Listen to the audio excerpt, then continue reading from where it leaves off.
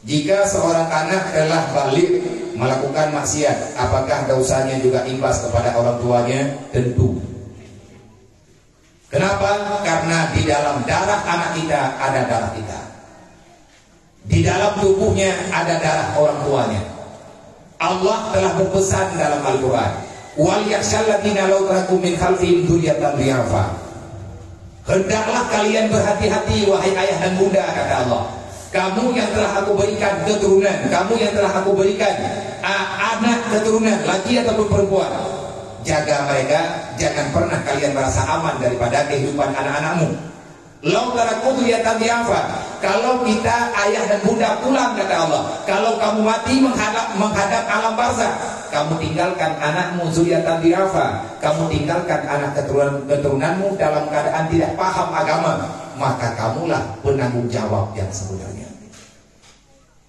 Anak kita tidak salat, kita telah mati masuk dalam alam barzakh, dosa dia, kita pertama sekali yang menerima azabnya.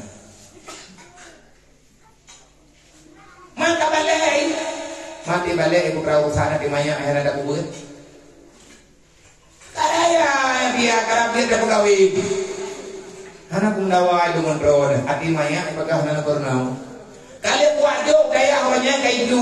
Apakah anak dia ron daya dalam doji. Namanya kayak itu dan jaron. Macam jalan tamu pun nandu. Tengok kalau kiamat berapa? Andai kata Allah Ta'ala itu pilih, urangnya senang-senang di kubur dosa. Dan yang tidak tetap-tetap urang kiamat, siapapun keluarga kita yang masuk dalam neraka, maka kita sendiri masih ikut. Kalau ada anak keturunan kita berada dalam neraka, ayah bundanya mesti ikut bersama anaknya. Nauzubillah. Kenapa? Sebahagian darah kita ada di sana. Oku berat itu. Jadi kalau mereka berada di mana kita nanti ada pulang waktu Allah. Jangan dia hanya terkait. Ada kali juga ada wabah. Nah mungkin dia mana mendawa dari ilahi. Kita nyobi ni ada kali tanya jangan dia ada dua dari ilahi. Ada kali mana? Bet minta alasan. Jalani perintah Allah, jangan banyak alasan. Insyaallah tanya selamat.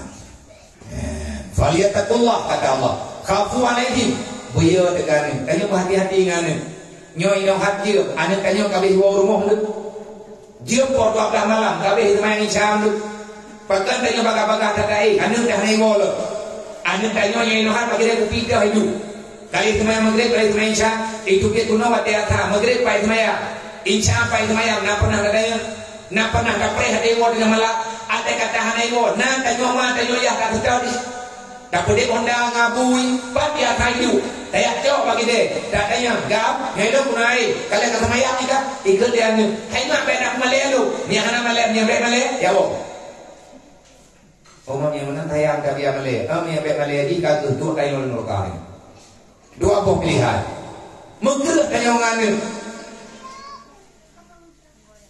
ka